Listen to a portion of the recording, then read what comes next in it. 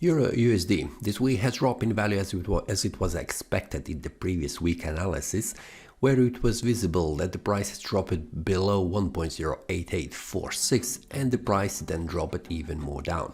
You can see that after the price dropped down, the price retraced back and then continued to fall even more down, and we can see that on the Thursday the prices jumped and bounced from 1.07825 up here very close to 1.08846, which was suggesting that here we have a lot of sellers that have exited their trades on this demand zone, and then the sellers have entered again here when the price was trying to reach higher price level and going above 1.08846 supply zone.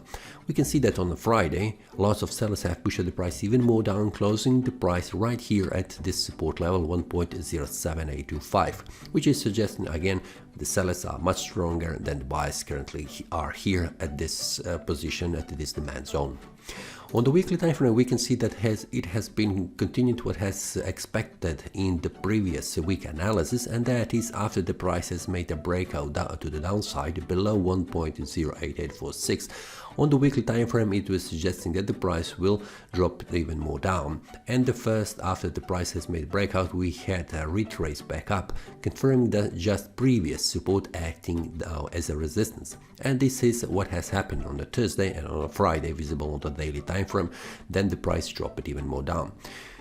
Then on the monthly time frame, we can see that the previous month has closed as a bearish candle. So this bullish breakout that has happened in the 2 months ago, it has been validated as a false bullish breakout, and the price returned back down. So based on this, what we can see, we can expect that this month could reach lower price levels, and the first one that the price could reach is this one here, which is 1.071 and also 1.069. Around 1.07 is the first target on the monthly time frame that the price could reach.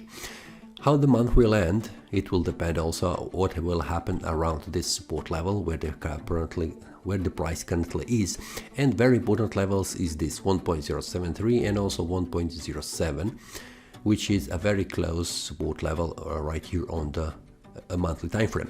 But we will see much more clearly on the weekly and also daily time frames which are the very important levels. But for now, if the price goes below that, it will mean that the price will try to reach again lower price levels, and those are around 1.066 and also 1.063, which was very important levels in the previous attempts, and also this one here, which is 1.056.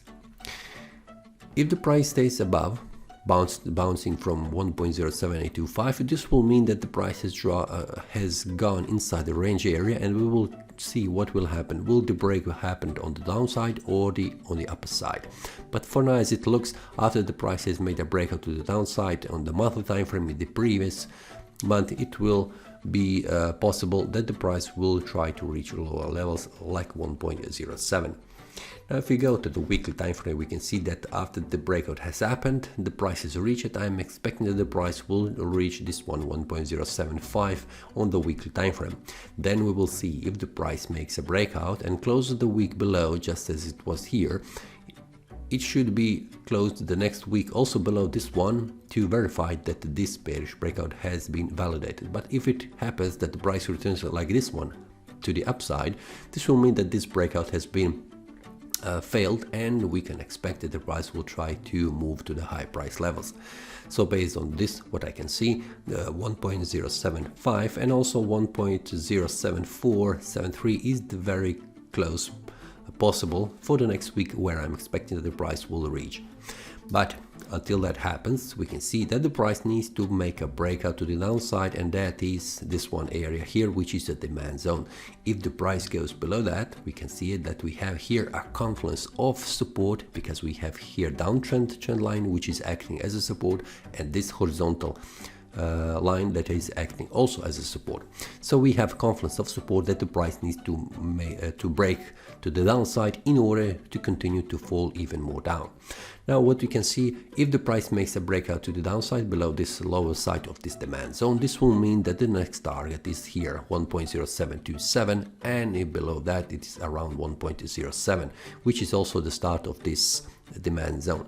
So these are the levels visible on the monthly, weekly, and also on the daily time frame, and the only trigger that can happen is this one here. If the price goes below this one, 1.075, and closes on the daily time frame, this will trigger sell-off to move to the lower price levels. Until that happens, it is still the best to wait until this breakout happens, because we can also see price going to the lower side of this demand zone and then returning back up. So this means that bearish breakout needs to be confirmed, just like in this example. When the price makes a breakout to the downside, the next candle did not return back up above this breakout, so this will makes this breakout as a valid one.